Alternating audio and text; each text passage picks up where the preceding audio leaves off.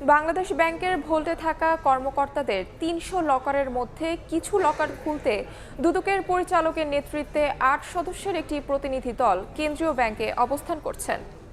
এর আগে গত ২৬ জানুয়ারি আদালতের অনুমতি নিয়ে দুদকের একই দল বাংলাদেশ ব্যাংকের সাবেক ডেপুটি গভর্নর এসকে সুরের সেফ ডিপোজিট বা ভল্ট তল্লাশি করে। সেখানে তিনটি সিলগালা কৌটা খুলে ৫৫,০০০ ইউরো, ১,৬৯,৩০০ মার্কিন ডলার, ১ কেজির বেশি স্বর্ণ এবং ৭০ লাখ টাকার এফডিআর পাওয়া যায়।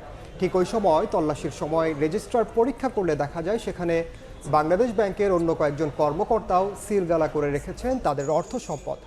এসব সিলগালা কৌটায় অপ্রদর্শিত সম্পদ থাকতে পারে বলে ধারণা করছে দুদক, যার সূত্র ধরে দুপুরে বাংলাদেশ ব্যাংকে প্রতিষ্ঠানটির প্রতিনিধি দল যায়। এ নিয়ে আরও জানাতে বাংলাদেশ ব্যাংকে আছেন সহকর্মী সাইফুল ইসলাম। সরাসরি যাচ্ছি তার কাছে।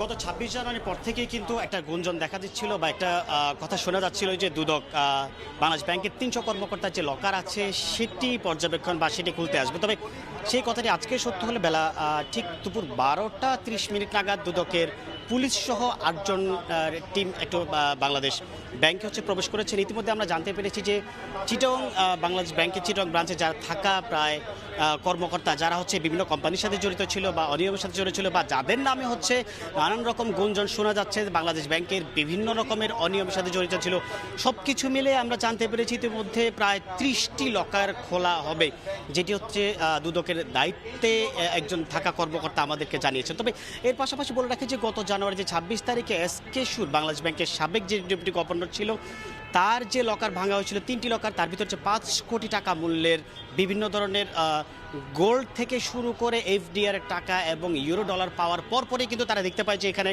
রেজিস্টার্ড যে খাতা তার ভিতরে কিন্তু বাংলাদেশ ব্যাংকের অন্যান্য কর্মকর্তাদের যে লকার ছিল সেটি কিন্তু ফ্রিজ করা ছিল। এরকম একটি কথা তথ্য আমরা পেয়েছি ইতিমধ্যে বা আমরা দেখিয়েছি এর মধ্যে। তবে এই যে তথ্য সূত্র ধরে গত ২ ফেব্রুয়ারি বাংলাদেশ ব্যাংকের গভর্নর নিকট দুদক চিঠি প্রেরণ করে, তার মধ্যে ঠিক উল্লেখ বার্তা থাকে যে কোনো রকম চক্র বা কেউ যেন এই লকারগুলি খুলতে না পারে। তারই সূত্র ধরেই কিন্তু আজকে বাংলাদেশ ব্যাংকের দুদকের যে ৮ সদস্যের টিম সেটি কিন্তু এসেছে। আমরা ইতিমধ্যে জানতে পেরেছি যে তারা লকার খুলতে শুরু করেছেন, তবে শেষ যে কখন হবে সেটা এখনও পর্যন্ত সমাপ্তির ঘোষণা কখন আসবে সেটি কিন্তু আমরা এখনও জানতে পারিনি। তবে এর আগেও যেমন এসকে সুরের লকার খোলা হয়েছিল সেটি কিন্তু সকাল ১১টার সময় শুরু করেছেন, সেটি শেষ হতে কিন্তু রাত ৯টা বেজেছে। আজকের যে পরবর্তী সময় কতক্ষণ নাগাদ সময় লাগতে পারে সেটি কিন্তু আমরা আপনাদেরকে জানাবো পরেই। এই ছিল আমার কাছ থেকে বাংলাদেশ ব্যাংক থেকে দুদকের টিম আগমনের সর্বশেষ খবর। সরাসরি যুক্ত ছিলাম বাংলাদেশ ব্যাংকে।